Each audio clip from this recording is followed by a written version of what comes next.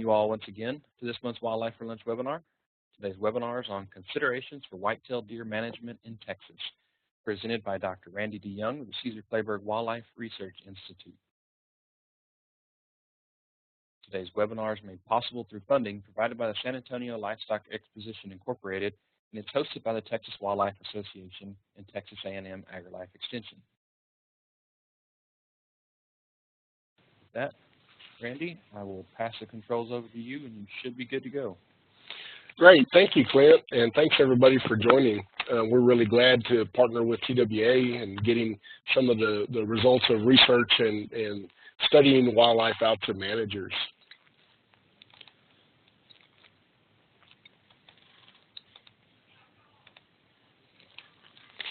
Deer management a lot of times is thought of as being pretty complex and multifaceted, and aspects of it are, but really there's some hand concepts to keep in mind.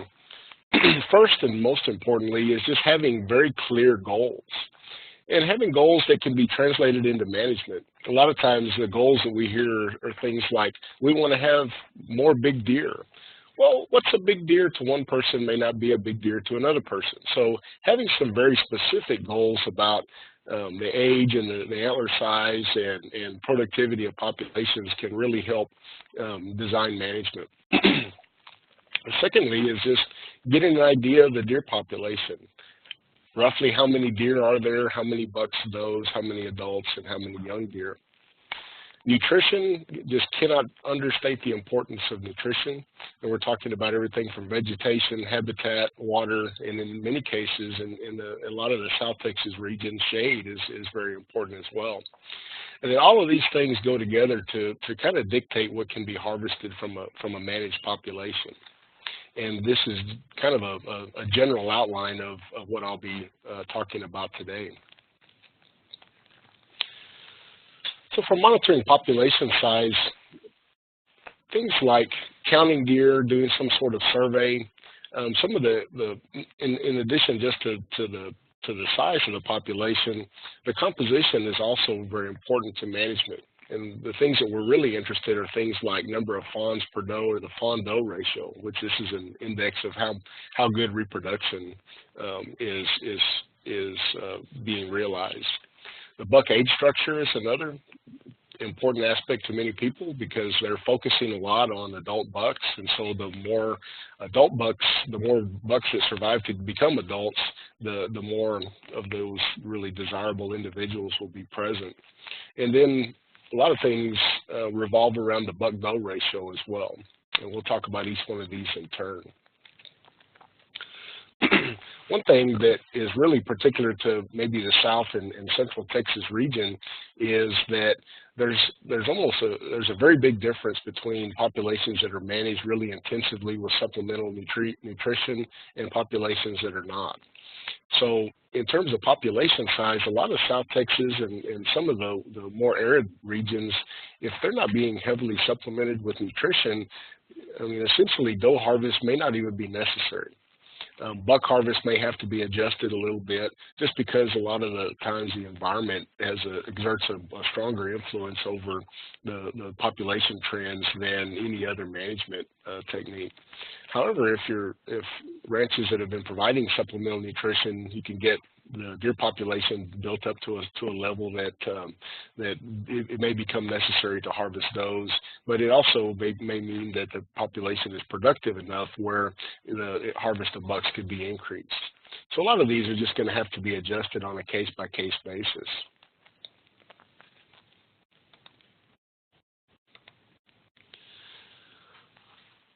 For most of the arid and semi-arid areas, the Fawn-Doe ratio is extremely important. Everybody's focused on bucks and antler size, but really fawns is where it begins because buck fawns grew up to be adult bucks. And one of the reasons is that the higher the number of fawns that are produced, this is kind of an index as to how much nutrition and how good of a habitat or other management is occurring on the property. And so high and consistent recruitment means that the nutrition and other conditions are right for reproduction, and if they're right for reproduction, they're going to be right for antler development and other population processes. It's also a really good window into the future. So if we have some very dry years and one or more years of very low fawn to doe ratios, that means in 4 or 5, 6 years in the future, there's going to be a lot fewer adult bucks in the population. So keeping track of these trends really helps not only index management and kind of the condition of the deer herd, but it also can be predictive. So in other words, in the future, if you might run into 2 or 3 years of not having very many adult bucks, well, many times that could be a result of some of the past droughts and other lapses in reproduction.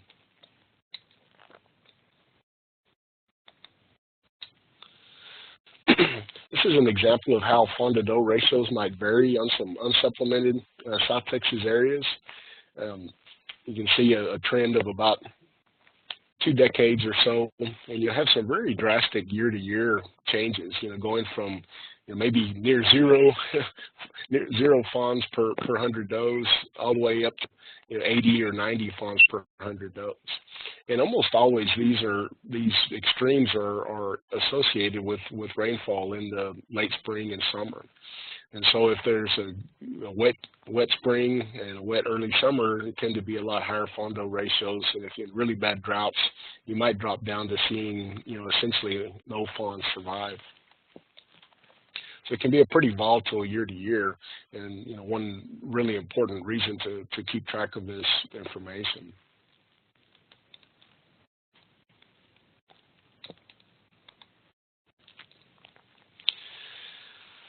So this is kind of a breakdown of what a population age structure might look like. And you can see on the male side of things, in a population that's being harvested, we might have maybe 20% or more of bucks in the adult age classes. We might have a lot of deer in the younger age classes, and the big idea is to try to get those young deer surviving up to be adults, so they can become recruited into the mature segment of the population. We can contrast this with maybe an unharvested population where we might see up to 50% or more bucks that are in the adult age classes. So harvest is a very important part of management, but it also dictates what is harvested and at what age really dictates what's left in the following years, and all of that kind of goes together to dictate how many bucks are available in the adult age classes. So it's a very simple proposition of if you shoot a whole lot of young deer, you're not going to have very many older deer. And buck age structure is really, we're talking about how many bucks are yearlings, young bucks, how many bucks are in the 2 to 3, 4 years of age, and then how many bucks are in the category of 5 years old and older.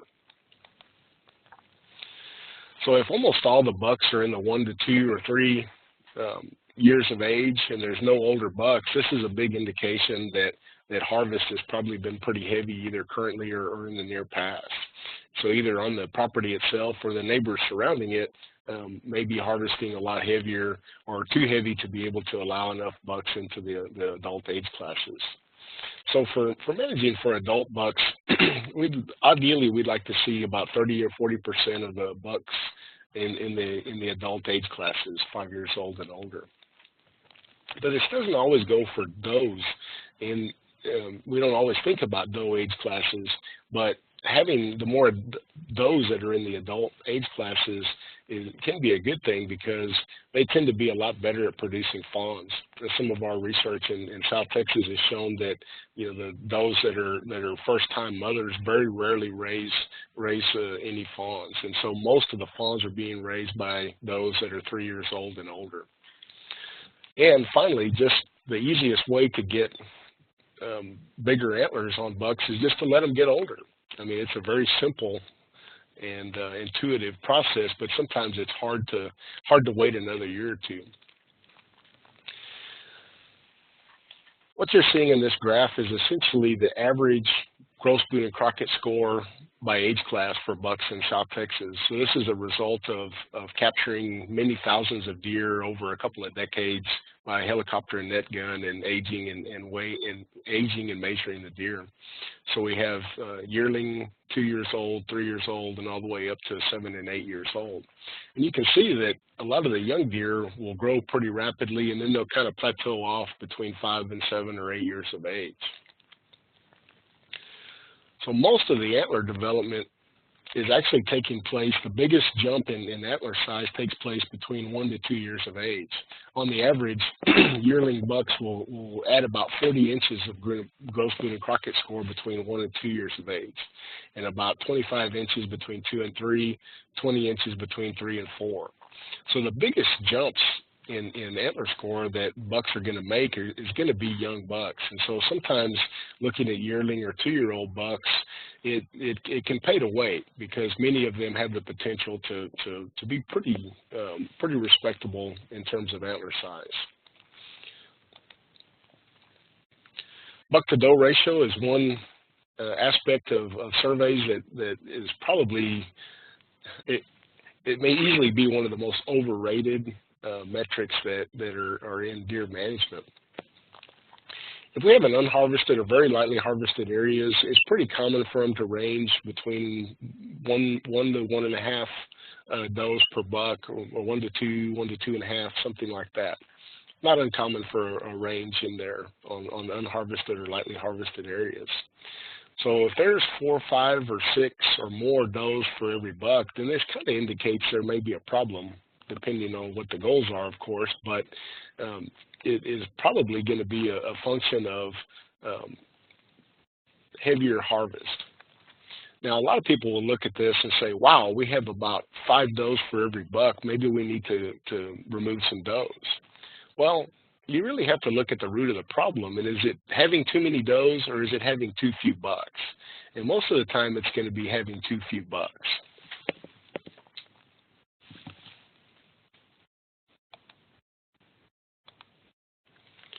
So what do you do if you have a buck to doe ratio that's a little bit out of balance? Well, essentially, the buck to doe ratio is almost entirely a function of buck harvest. So doe harvest may factor into it, but it kind of depends. And what it depends on is density. So in other words, do you have too many deer? And if you don't have too many deer, then harvesting does is just going to reduce the total size of the population, and it's not going to solve the problem of imbalanced numbers of bucks and does.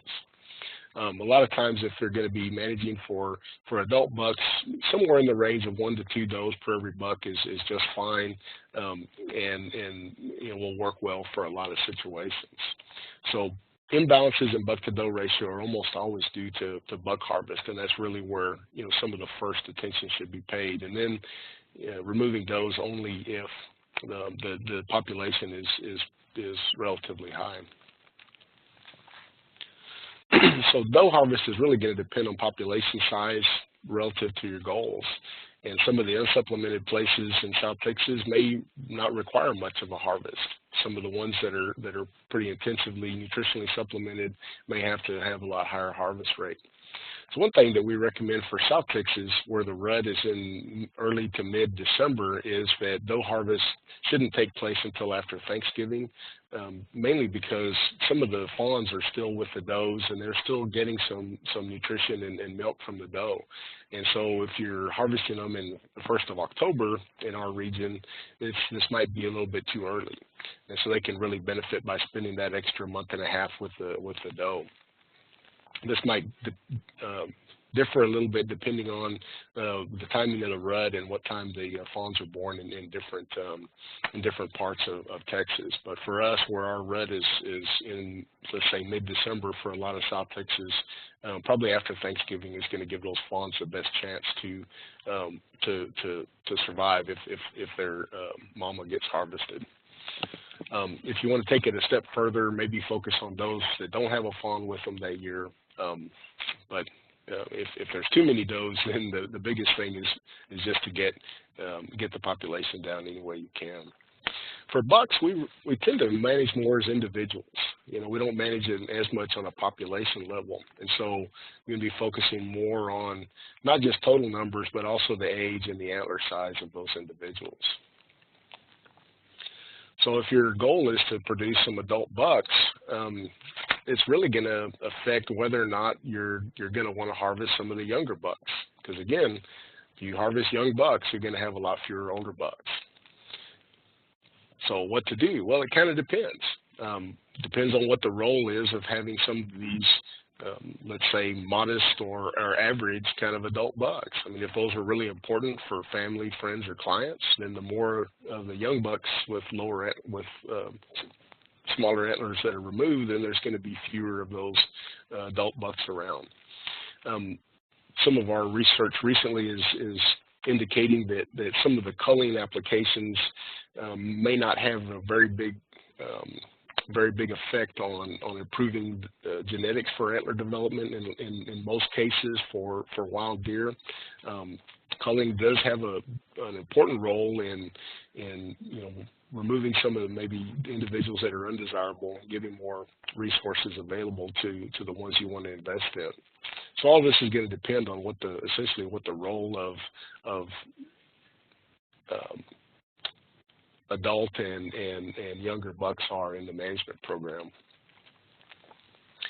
And again, in the South Texas region, a lot of these differences are really revolving around whether or not the population is supplemented. So if there's a supplemental feed provided, then there's typically a lot higher reproduction. You can sustain a lot higher rates of harvest.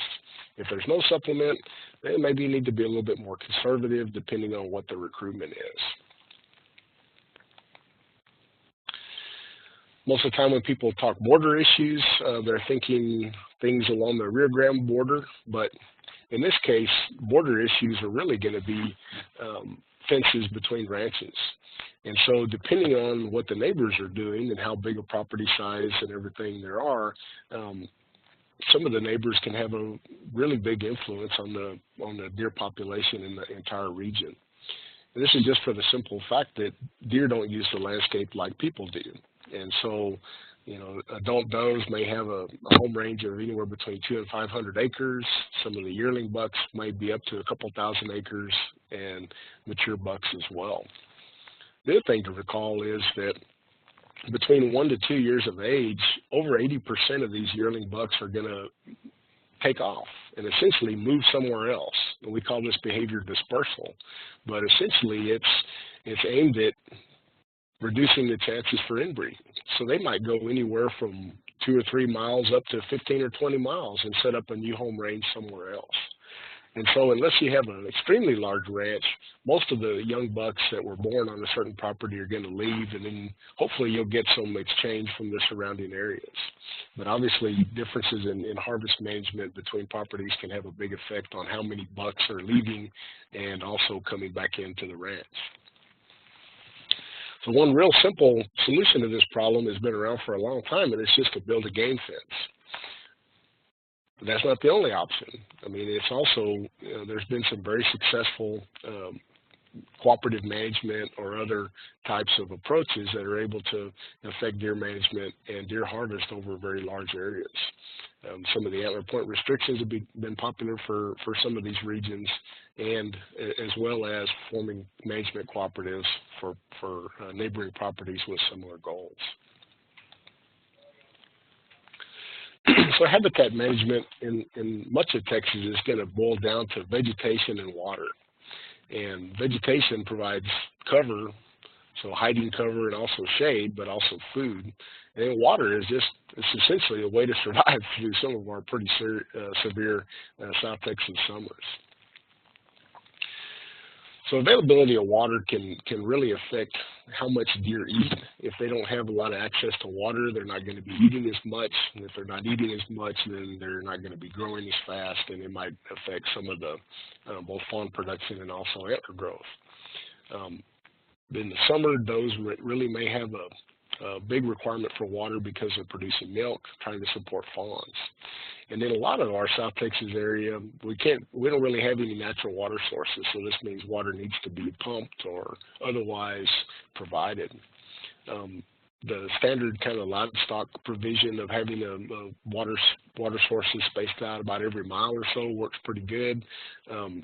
Some people choose to provide more water. If you don't have any water, it's probably one of the simplest investments that you can make to improve deer population on a place, at least any permanent water.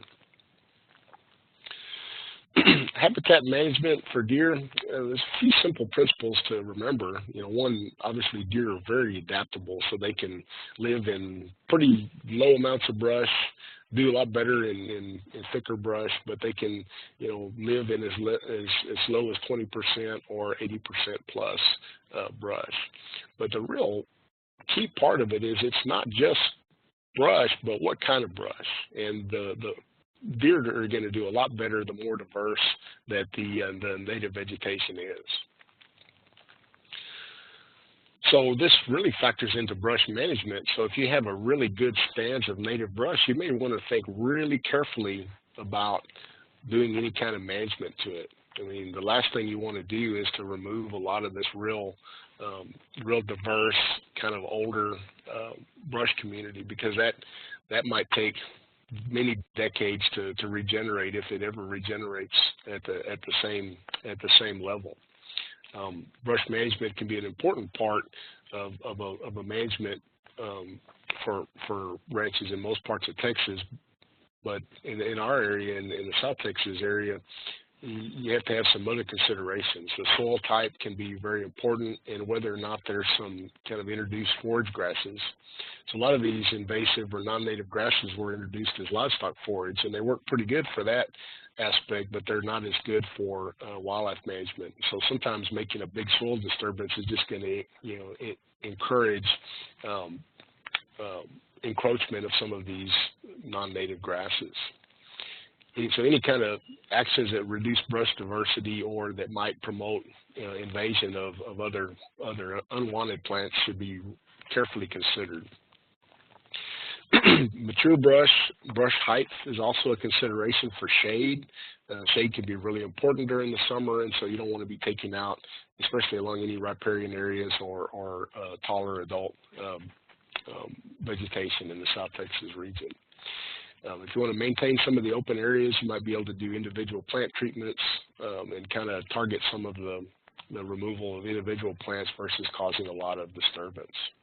This is going to vary a lot on different soil types and different brush communities, but it can be really, it can't overstate enough to have a really good plan and really make sure what the consequences of brush removal is going to do, because you may be dealing with that for the rest of the ranch's life. Nutrition for deer is probably the single most important item, because nutrition really changes everything. Really good quality nutrition can affect the age that does are first going to produce fawns. It's going to affect the fawn production, which will be seen through fawn to doe ratios. It'll affect the fawn growth rate. It'll affect how big the adult deer are in their body size and weights, also antler size, survival, and how fast the population is growing. And this important really begins during gestation. So if fawns are being produced by does that are in good condition, they're going to be able to grow rapidly and get a kind of a early start in life, kind of a silver spoon type effect. So they'll be born and grow up in good conditions. So fawns that grow up in good conditions then can grow up, become adults that are in good condition, and then give birth to the next generation also in good conditions. So this continues kind of throughout the lifetime. The nutrition is going to dictate what can be produced both in fawns and also in antler development. There's also a really interesting kind of reinforcing effect across generations, in that if we have fawns growing up in good condition, become adults, give birth to offspring that are in good condition, when they grow up and become adults, and as this generation as the generations progress, it's like everyone is getting to be in a little bit better condition. And so this kind of long-term 5 to 10 year nutrition management can have a really big payoff. It may not be always immediately obvious, but it has a very long-lasting and important effect on a deer herd. So really, fundamentals of nutrition just revolve around plant diversity, species type, and then trying to keep that plant community in the most productive state possible. Obviously, we can't always control what the weather does, and Mother Nature tends to have a larger effect on the vegetation than we can many times. You can see these contrasting pictures from 2010, which was a pretty wet spring, to 2011, which was extremely dry. So these are the same photo point, and it makes a huge difference. And mainly this difference is in the amount of forbs that are available to deer during the spring. So deer can survive on brush, and they can do pretty good eating the brush and leaves and pods and everything, but what really gets them over the top in terms of productivity is forbs, because forbs are really high in protein and energy. And when it doesn't rain, we just don't get those flush of forbs, and it's really hard for deer to grow big antlers or to produce fawns under those conditions. One thing to keep in mind about nutrition is that a deer's requirements are going to change based on if that deer is a buck or a doe, if that deer is a juvenile that's still growing or is an adult, and what time of year it is. And so these requirements really change a lot through the year and also through the deer's life.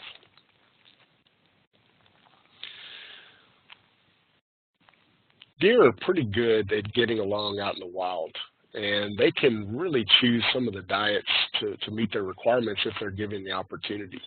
So they don't kind of camp out and just chow down on one plant. They'll typically take a couple of bites on one plant and move on to a different plant, maybe a different species, maybe a different type of plant, something like that. Deer tend to be really picky, but also really small, whole bunch of really small meals is one way to think about it. So the ideal habitat for deer is just going to have choice, and it kind of depends on whether you're in South Texas, Central Texas, or some of the other places, but having more plant diversity and more different types of plants can provide deer with an optimum diet all year round.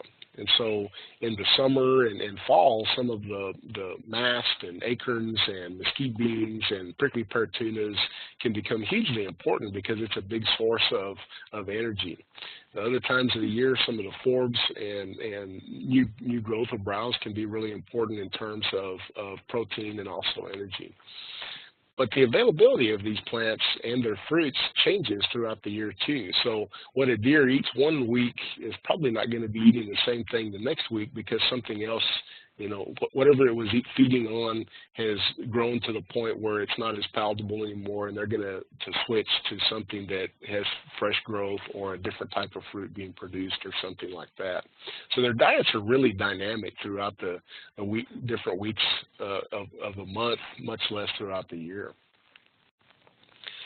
Many people provide supplemental feed in a lot of parts of Texas and elsewhere. Become a very important part of management, and especially when we're in many years are kind of a desert, providing supplemental nutrition can be really important, and it has a big effect. I mean, it improves how many fawns the does can have and raise, the growth rate of those deer, how big the deer are when they become adults. It has a big effect on antler size, survival, things like that. So it's not absolutely necessary, but a lot of people choose to do it because it can be so effective. However, it's also pretty expensive. And so this is kind of, both in terms of just getting feeders and then getting other animals, non-targets, pigs, and javelinas excluded from access to feed. But then downstream, if it does increase a lot of the productivity, it might mean that you have to end up removing a lot of deer through harvest or other means to keep the population kind of balanced. So it has its pluses and minuses for sure. This is kind of an example of some trends in fawn to doe ratios on just kind of a South Texas rangeland environment. that kind of see from the late 80s up until maybe the mid 1990s, you kind of see some typical fluctuations year to year in some of the reproduction, the number of fawns being produced. Usually a lot of this is associated with drought and rainfall and things like that. And then in the late 1990s, a ranch implemented a supplemental feeding program, and after that, their fawn to doe ratios were typically above 50 to 60 fawns per doe. Now you still see these fluctuations with drought, but they're not as severe, and they don't typically go down as far as they would without feed. So it can be a benefit, but to provide supplemental nutrition at this level, it may be cost prohibitive for a lot of people. Even people that have pretty deep pockets tend to look at those feed bills after a while and think, wow, is there any way we can avoid spending so much money? This is some information from a long-term research project that's being conducted on the Comanche and Faith ranches, just kind of showing the power of nutrition.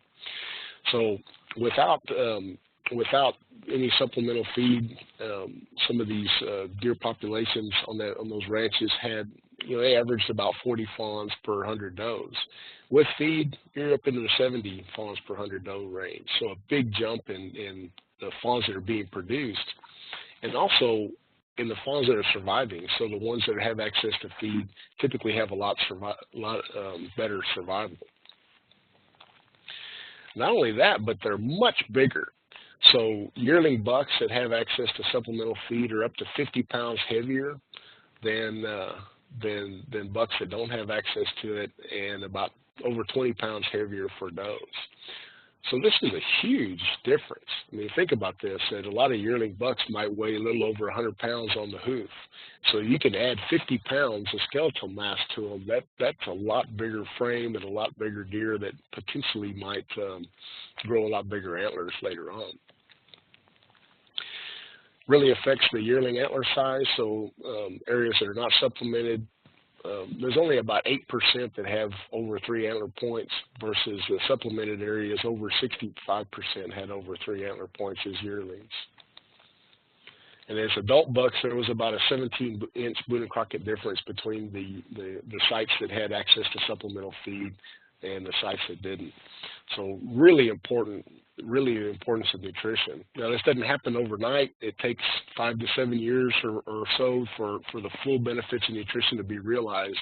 And like I said, it's gonna cost some money, but it has a very large and measurable effect on the deer populations and their productivity.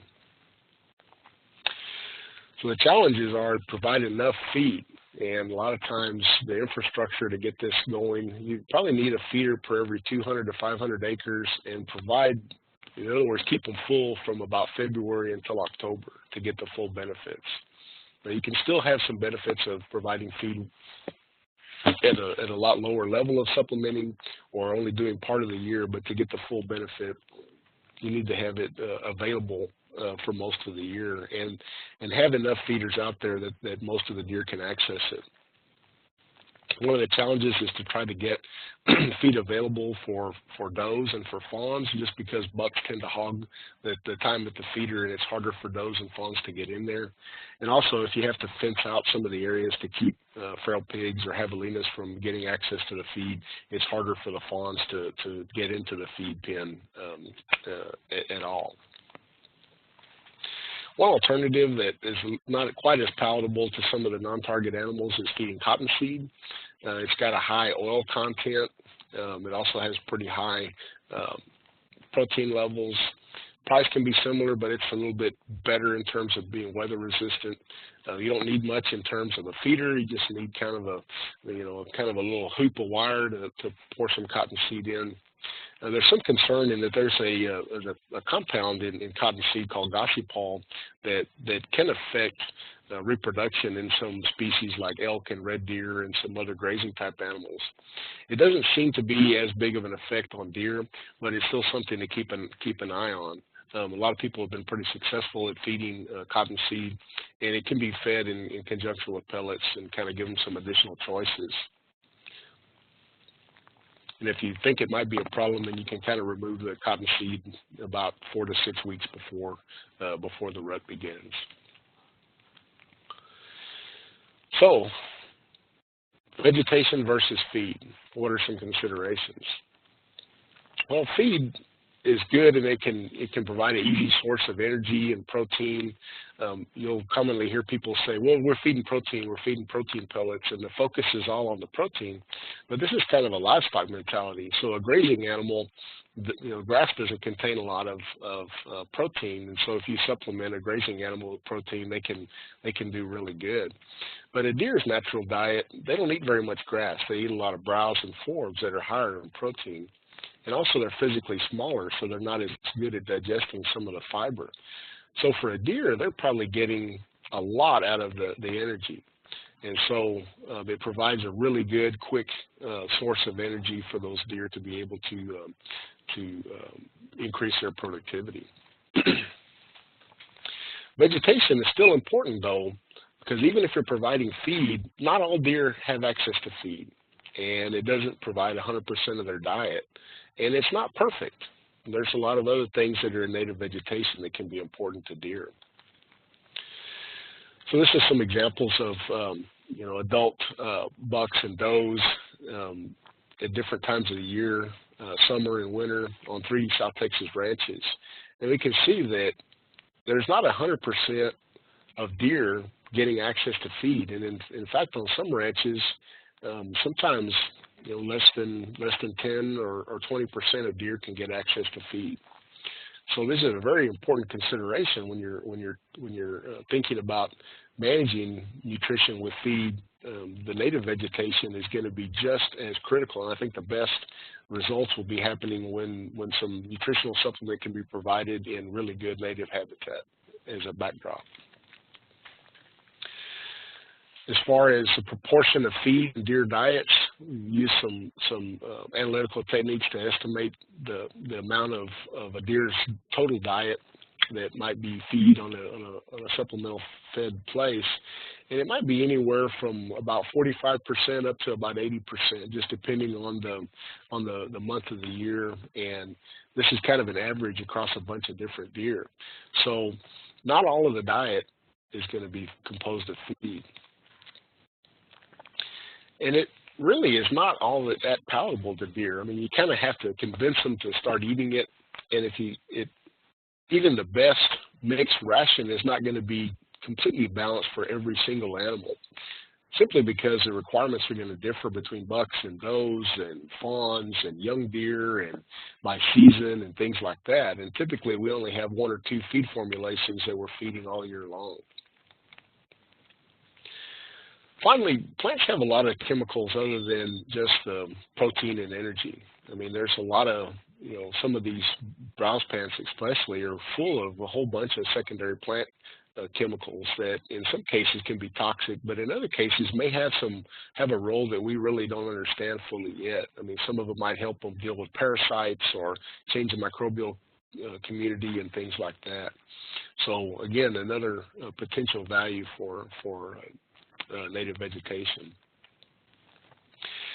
Sum everything up, the most important thing in management is just defining some clear goals that can be addressed with management. Population monitoring, you want to monitor trends in density, but also in the composition of the population. And that kind of density is really, how many deer can you support is going to depend on the region and whether or not supplemental feed is being provided, and most importantly, back to the goals. Some of the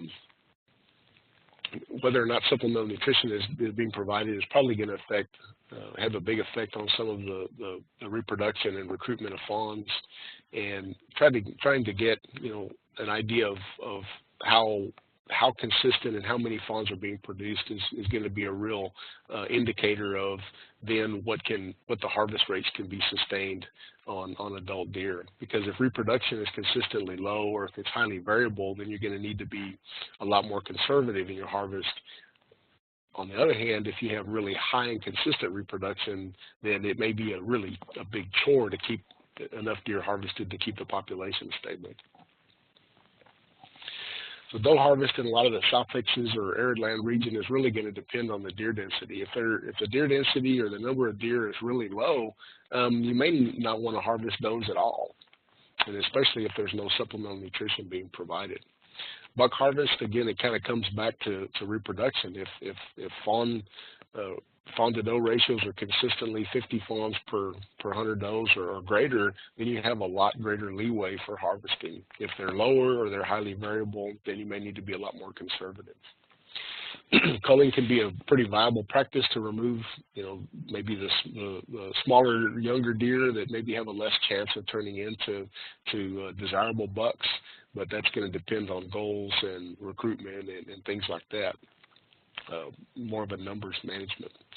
And really, you either need to have a lot of land, or you need to work with your neighbors, or you need to have a high fence or some combination of those to be able to exert some more control over the deer population. Water dispersion in South Texas is pretty important. Vegetation management really important. Before you do any kind of brush control or brush management, really understand what the potential effects are, especially if you're in an area that may be prone to invasion by non-native grasses or other non-native plants. And if you have some mature, very diverse mixed brush, be really careful in how that's managed, because if that brush community is removed, a lot of times the regrowth is just going to be dominated by mesquite and huisache and very low diversity, and it may take decades to return the habitat to as the diverse state that it was in the past.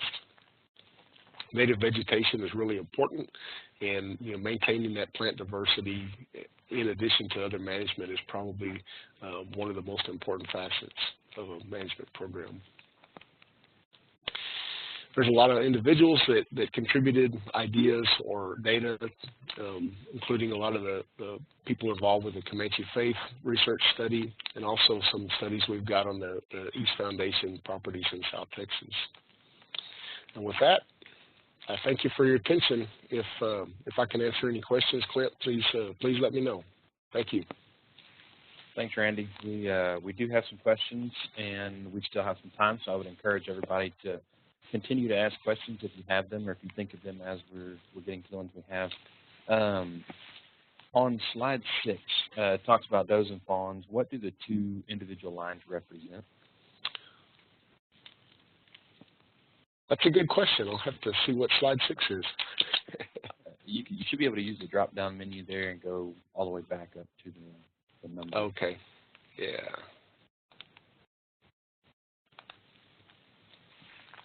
So the two different lines are essentially a couple of different South Texas ranches. So it's just kind of trends in fawn survival or fawns per 100 does is indexed through surveys, and it just kind of had a couple of one period of low fawn production in the early 1980s versus kind of mid 1980s, a lot higher fawn production. These were years of poor and good rainfall, respectively, but they're just a couple of South Texas ranches in the decades of the 70s through 90s before a lot of the intensive management was taking place. So it's just kind of an example of how variable that the fawn survival can be from year to year on some of these South Texas ranches without intensive management.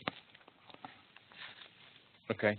Referencing slide 19, do you find that home range size shrinks as population density goes up? 19. That's a good question. I think in general it does, but it's kind of, deer are pretty big individuals, and some of them just have smaller ranges than others anyways. I think that it's probably accurate to expect that as density goes up, some of the range is going to go down, but I'd also expect that deer are still going to be individuals, and so I think you can make some generalizations, but just realize that not every deer is going to follow that generalization too. But yeah, I would say that that's a pretty good prediction. That is deer density increases, probably the range is going to decrease pretty markedly at really high densities. Okay. Throughout the presentation, you talked about good brush and bad brush. Can you give some examples of each, or to elaborate, I guess, could you provide some suggestions that people may go to learn more about their area and the vegetation? Right. Yeah, that's a good point. It's kind of trying to make it a little bit more, I guess, generalized because the exact species that might be important might differ from, some cases county to county or region to region. I think maybe, it maybe not just think of it as good or bad, but think of it in terms of diversity. The more different types of brush and forb species you have, the better, because even though some of them might not be consumed by deer, like let's give it a South Texas example, mesquite, nothing really eats mesquite leaves. And you don't want a pasture just dominated by mesquite. But having mesquites around is really good in some sense because one, they can provide shade, and two, they provide a lot of mast or mesquite beans that typically occur in the late summer.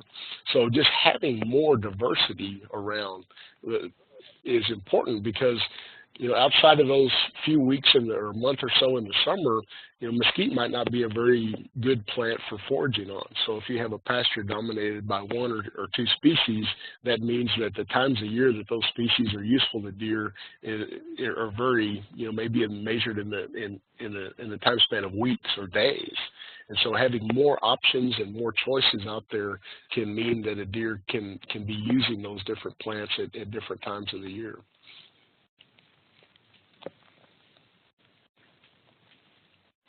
Okay, referencing slide 30, do we know when the generational nutritional effects start to level off? The person says obviously the first few generations is the most benefit, but the subsequent generations see measurable improvements in condition. Yeah, that's a great question. I mean, I think over a long period of time that I'm not sure how. I mean, I think it's probably accurate that it will level off, but it's hard to say where the end point is, in part that I don't know that we've really monitored some of these populations that long. I will say some friends and colleagues at Mississippi State University, Steve Damaris and Bronson Strickland, they were studying some populations in different parts of Mississippi, and they have a really good soil region that's along the Mississippi River that is some of the best, most fertile soil in the world. The deer are really big there. And they did some studies where they brought some of those deer into captivity and provided them a better quality nutrition, and even those deer got a lot bigger. So I don't know where the end point is, but it just reinforces how really important nutrition is, and it's as a consistent part of a management program, because you can make much bigger improvements with nutrition than almost any other management practice. Okay, we kind of had a question and an answer pop up here in reference to one of the questions in the chat window. What publications may be available to help identify South Texas brush as good or not good? And I will reference you to the chat window. There's a publication that was shared there from Texas A&M AgriLife Extension. So that would be a good start. Randy, do you have any other suggestions for South Texas brush, not only ID, but also whether or not, I guess, quality? Yeah, so I think Texas Parks and Wildlife has got some information available on that, because they do a kind of a plant survey. They call it a browse or stem count index survey. That's kind of a way of gauging the browsing or foraging pressure on browse plants, and they'll break down some lists of browse species for different South Texas regions in there, and they kind of classify them as kind of first choice, which is kind of highly palatable, and second choice, third choice, and so on. So there's some examples like that are out there. One of the best resources may be just some of your local biologists. Every region has got a technical guidance biologist and one or more regulatory biologists, and most of them are pretty happy to share information about important plants in the region with landowners. So how does a person decide what the density should be for the region that their property is in, assuming that they have the native vegetation? And does this density increase if you provide supplemental feed? Yeah, that's a good question, because just some regions, they can support a lot more deer than others, and a lot of that in the South Texas or West Texas part is going to revolve around how much average annual rainfall you get and what the vegetation community is like. One good way of figuring out what some a starting point is really just to kind of ask around. And again, that might be some of the technical guidance or other parks and wildlife biologists. Well, they get to visit sometimes up to many dozens or hundreds of ranches in the region. And so they have a pretty good idea of, okay, here's some ranges of deer densities, here's what can be supported, here's what may be a little bit too high, these are kind of low density type of areas. The other thing is to remember too that we don't almost never know how many deer there are, and when we're doing some of the surveys, we almost always undercount. So in other words, we don't count all the deer. And even during aerial surveys in South Texas, we might average seeing about a third of the population, something like that. And so you want to kind of, when you're talking about densities and deer numbers, you want to figure out, what's that based on? And so if it's based on a helicopter survey, is that just the total number of deer that were counted during the survey, or some people try to, adjust that number a little bit to reflect what they assume is going to be a little bit closer to the true population. So that's one important thing, is just make sure you're talking about the same deer numbers. Make sure it's kind of it's not estimated numbers, it's counted numbers, or vice versa. And then secondly, I think just figure out what other people are doing. That's a pretty powerful way to kind of get a sense for what can be supported, I think, in the region. And then the other thing, it depends on if there's any other exotics or livestock or something like that. A lot of the other exotic ungulates are going to be a lot better at deer than using rougher vegetation.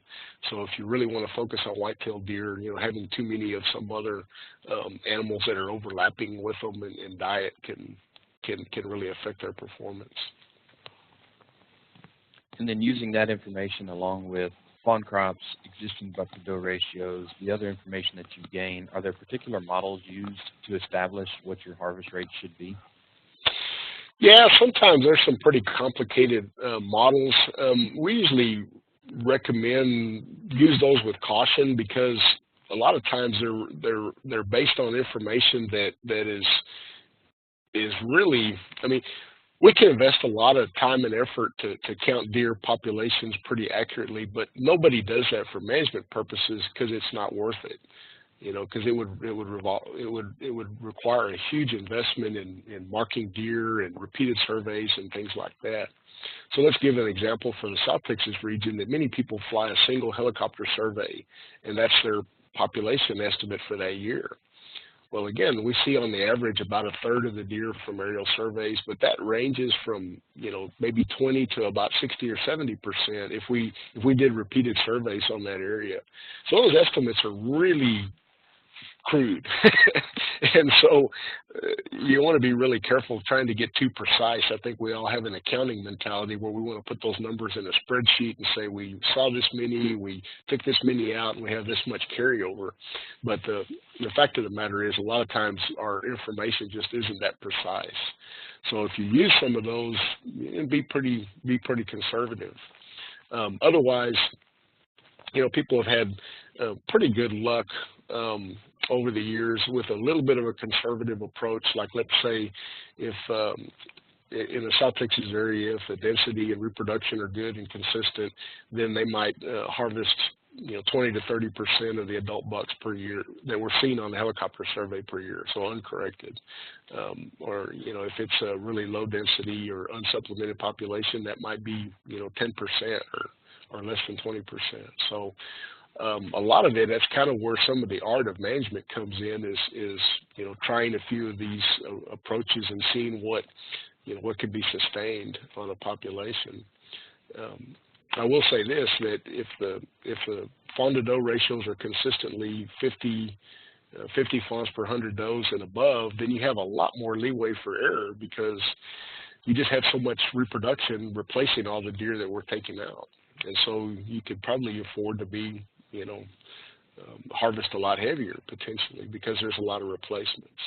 But if you're in the about 30 fawns per 100 does on average, and maybe kind of variable year to year, then you maybe want to be a lot more careful because there's a lot fewer replacements coming up. Okay. Thinking about native plant species, can you talk a little bit about digestible protein and the digestibility of those native plants and digestible protein as a whole?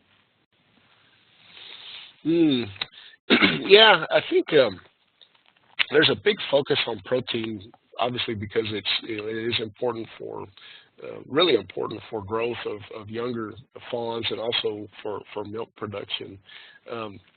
For deer, though, energy is probably more limiting in the South Texas environment. So a lot of these brush plants they might have anywhere from 8 or 9 to 12 or 15% protein in there, and depending on the growth stage, if it's real young growing leaves, then a lot more of that is going to be available to the deer. But depending on whether or not they have access to forbs in the spring and early summer, whether or not we have enough rainfall to support that, that's usually the access to forbs is what is going to provide most of the protein that deer need to reproduce and to grow big antlers. Otherwise, the adults will be able to survive. It's just that it makes it harder for them to raise fawns. But like I said, my opinion is that a lot of times the focus on protein is a little bit overdone and maybe not as much on energy, because energy, especially in dry years, is what is really limiting deer. And so some of the fruits and mast, mesquite beans, things like that are pretty high in energy, and the deer really will eat those very heavily in the summertime, especially when they're trying to raise fawns. Okay. Next question is about a section of land in North Live Oak County, and the question is about the number of senderos on a piece of property, distance between roads. Can you have too many? Can you have too much open stuff on a place? As long as deer have some brush for screening cover and for shade and things like that, they're pretty adaptable. I think I'd probably be a little bit more concerned about, okay, we have these openings, what's growing in those openings. If they're just, growing up with buffalo grass or maybe some of the old world blue stems or something like that, and don't have a lot of, ability to have forbs or something in there, I think that would be a little bit more limiting than the actual number of openings is how is that clearing affected some of the, plants that are growing out there. I think that would be a little bit more of a concern. Okay. Do you see, thinking of fawn crop percentages, do you see the variability of fawn crops go down on feed, or the same variability in just higher peaks? Yeah, that's a great point. It seems like a lot of times you'll still see some variability, but the peaks are higher, and also the lows are higher too. So instead of bouncing around between 5 and maybe 50%, maybe now you're going between 40 and 70 or 80% or something like that. So there still seems to be a really important association with rainfall. So in dry years, the feed helps the deer still reproduce, and they don't, reproduction doesn't drop down as far, but it still drops.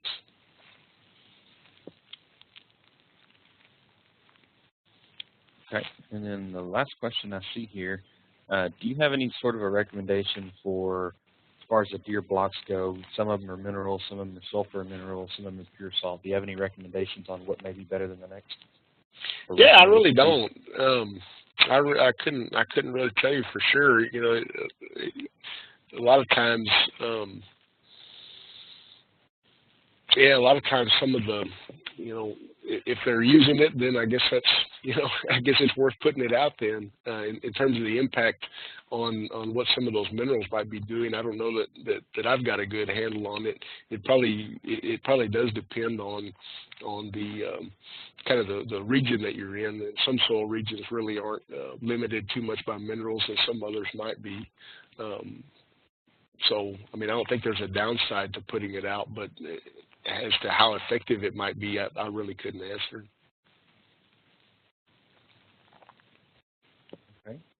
So if anybody has any more questions, we can post them up in the chat window. We'll continue to field them.